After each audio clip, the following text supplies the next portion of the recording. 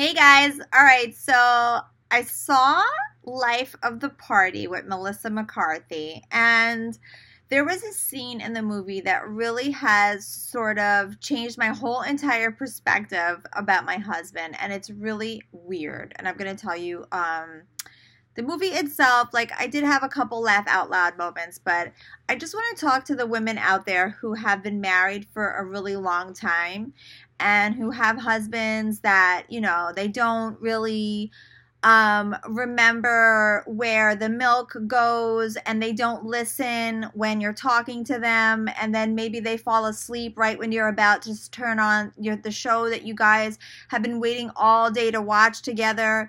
It's those like little moments that you just are saying, come on, guy.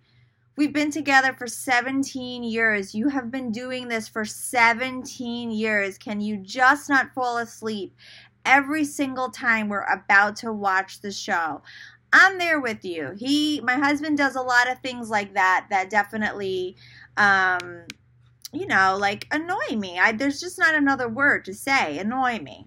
But I was watching Life of the Party, and I don't know if you've seen it. I'm not spoiling this movie for you, but in the beginning of the movie, the husband and the wife, Melissa McCartney and the husband, go to drop off the daughter, the only daughter, to college. It's her senior year, and they're all like, "Oh, I love you so much. You're my only child. I love you. This is your senior year. Yada yada yada."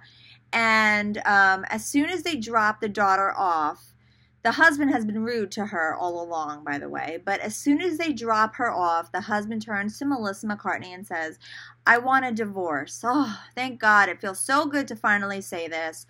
"I want a divorce. I'm done with you. I've been holding on just to get our daughter to college. Finally, I can release myself of you. I found somebody else. We're going away, to Italy. We're getting married. Ciao. I've been literally staying with you because of my child, and I'm freeing myself of you. Good riddance."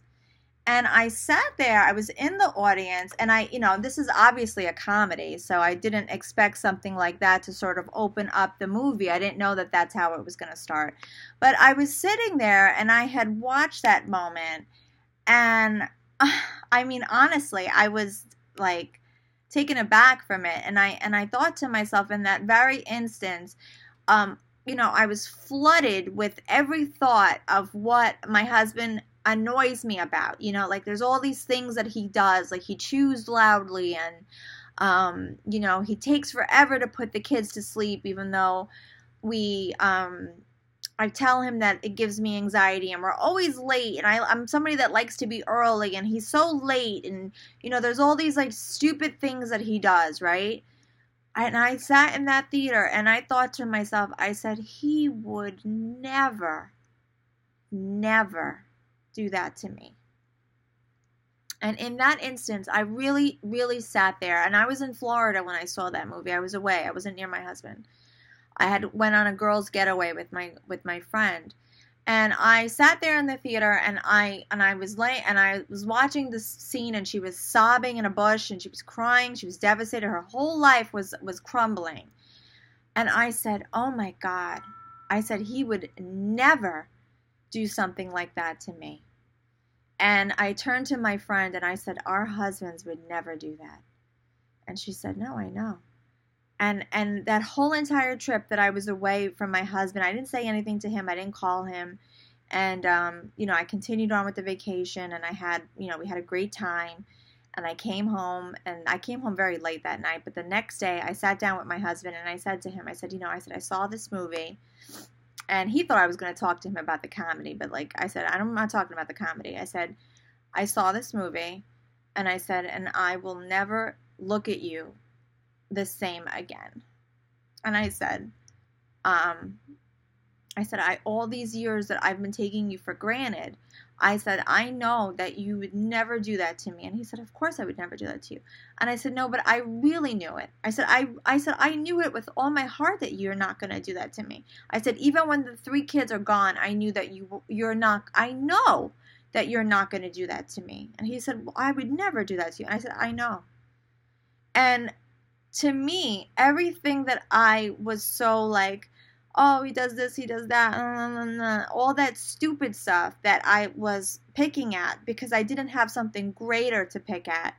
I got such clarity from seeing this stupid movie because and that's not what this movie was about. This movie was supposed to make you laugh, and this movie was like, you know, slapjack comedy, or I don't know what it was called. But I have had such clarity after seeing this movie. And the only other time in my life, literally, that this has happened was a year after I had Liam, so 2008. I read Eckhart Tolle. I read The Power of Now, and again, that was a absolute moment of clarity.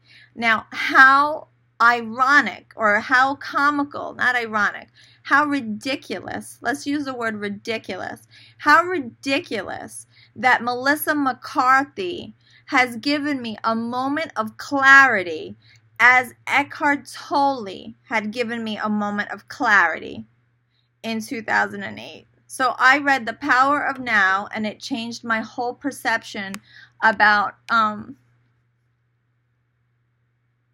things that have happened to me in the past that I have let go. And now Melissa McCarthy in Life of the Party, a freaking college movie that is like not meant to mend marriages. Not that there was anything wrong with my marriage, but I'm just trying to tell you, the stupid things are no longer bothering me from a 30-second scene in a movie, because I registered what an incredible man I was married to, because I knew that all these things that I was seeing was just impossible. It was actually impossible.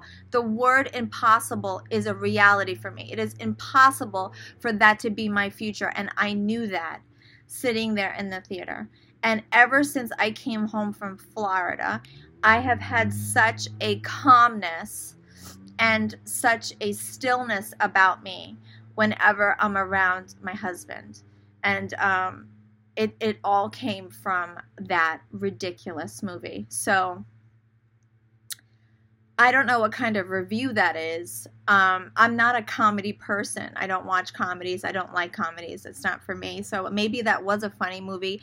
I laughed a few times, but you know, if there's not aliens or bomb invasions or vampires or some sort of apocalypse happening, I'm not interested. I'm really not interested. It's just not my cup of tea. I'm more of a superhero, Marvel Universe, you know, death, you know, possession, you know, something like that. I like that sort of vein. So I'm not a romantic comedy, you know, like, you know, physical comedy. Like, I don't do that. Like, that's not who really I am as a person. I watch them because that's what my children want to watch, but I don't reach for that. Like, that's not something I reach for. So maybe it was a good movie. I mean, I enjoyed myself, but that scene, particularly that scene, was I mean, I can't even, it's like life-changing. Like, do you understand how insane this sounds? Like, this is the loopiest video I've ever said in my life, but it changed my perception of my marriage. How crazy is that? And again, I want to say, I didn't have a bad marriage. It's not like I had a bad marriage. It's just that my husband chewed too loudly. Like, he wasn't a bad man. He just chewed loudly. And that annoyed me. And now it doesn't annoy me anymore. Or, you know, he couldn't find the scissors. Like, he could never find the scissors. And that would make me want to stab myself in the eyeballs. But now it doesn't. Now it's like, oh, he can never find the scissors. She's so funny. Like, now it's like a whole different realm of, like, I don't know. Like, I look at it differently now. Because I just know, like, I have a really good man. And I always knew I had a really good man. But it's just it's a clarity. I don't know how else to say it. So, I don't know. Go see Life of the Party. I mean, I don't know how else to say it. That's all.